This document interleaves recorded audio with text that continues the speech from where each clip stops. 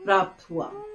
महाराज जी वहां पर रहे और हम लोगों को भी थोड़ा अम्मा के निकट आने का, अम्मा के गुणों को का थोड़ा बहुत आभास प्राप्त करने का सौभाग्य प्राप्त हुआ।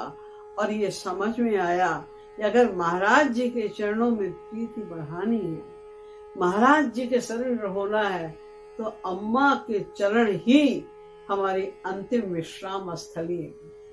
उनसे सीखना पड़ेगा हमें कि निष्कामता किसे कहते हैं।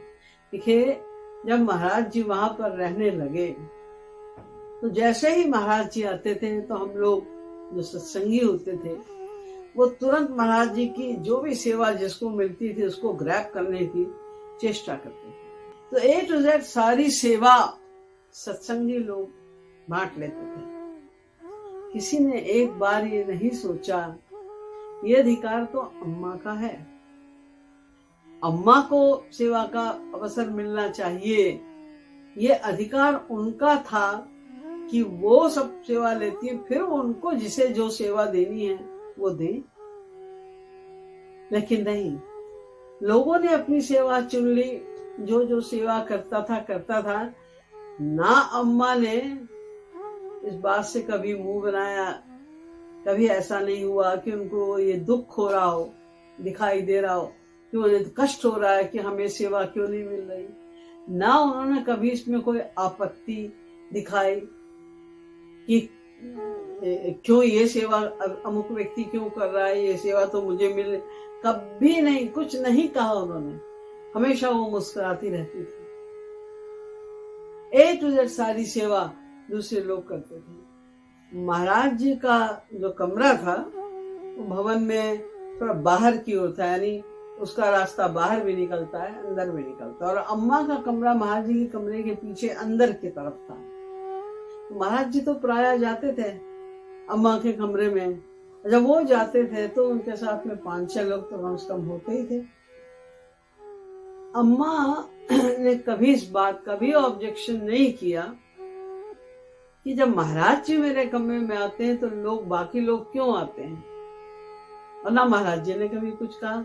वो खुश, बहुत प्रसन्न होती थी जब महाराज जी उनके कमरे। लेकिन अम्मा कभी भी महाराज जी के कमरे में बिना महाराज जी के बुलाए नहीं जाती। हमने एक बार अम्मा से कहा, अम्मा महाराज जी तो आपके कमरे में जब देखो तब आ जाते हैं, आप क्यों नहीं जाती महाराज जी के कमरे में। तो अम्मा ने बड़े सरल ढंग से बात बताई मुझे। देखो, उनके अपने काम हैं, अपना ढंग है काम का। मैं नहीं चाहती कि उनके किसी भी कार्यकलाप में कोई डिस्टर्बेंस हो। वो जिस तरह से, जिससे जो सेवा लेना चाह रहे हैं, जब जो करना चाह रहे हैं वो करें।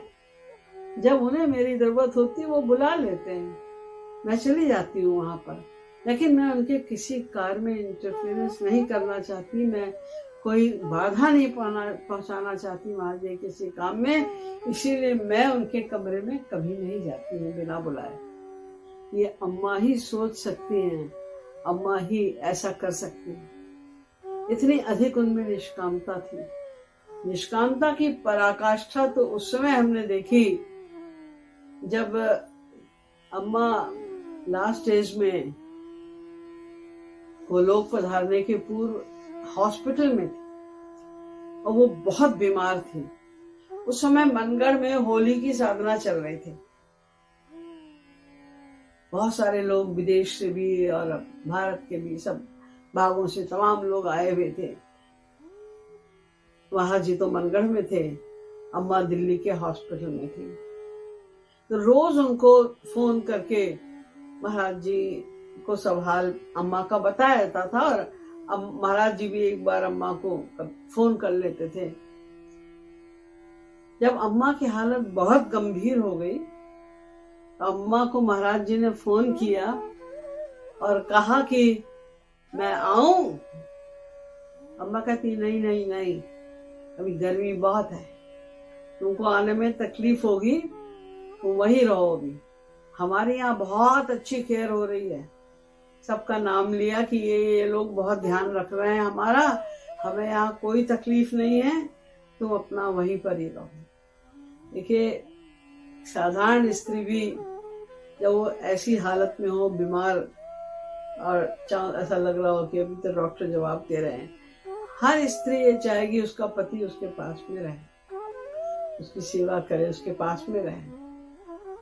किंतु ऐसा उत्तर देने वाली हमारी अम्मा जी ही थी, जो इतने विषम परिस्थिति में भी, क्या उनकी इच्छा नहीं होती होगी? हर व्यक्ति महाराज जी के दर्शन के लिए व्याकुल रहता है। महाराज जी को पास हम पहुंच जाएं, महाराज जी हमारे पास आ जाएं, सब खुश होते हैं। तो क्या अम्मा को इस बात की खुशी नहीं होती? अगर महाराज जी पहुंच जाते उनको कितना बड़ा आनंद होता।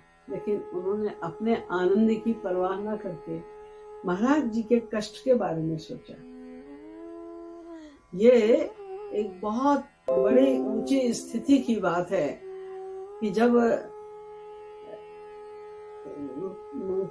कष्ट नहीं भी, उस समय जरा सा भी कष्ट का विचार करके भी कष्ट होने लग जाए, प्रेमास्पद के कष्ट का विचार करके भी अपने को कष्ट होने लग जाए, तो बहुत ऊंची प्रेम की स्थिति है, महाभाव की स्थिति है। और वो अम्मा जी ने उस समय दिखाई। जरा भी उन्होंने एक बार भी नहीं कहा कि आप आ जाओ यहाँ पर। महाराज जी ट्रैवल करते थे और कभी कभी कहीं थोड़े दिन का प्रोग्राम भी होता था, हफ्ते का, 15 दिन का, 1 महीने का। जब वहां जाते थे हम लोग की सबकी इच्छा होती थी कि महाराज जी के साथ हमें भी मौका मिल जाए जाने का। हम लोग रिक्वेस्ट भी करते थे महाराज से। महाराज तो एक आध किसी जिसको भी अपने साथ ले जाना चाहते थे, बारी बारी से ले जाते थे, जिसको भी उन्हें ले जाना है।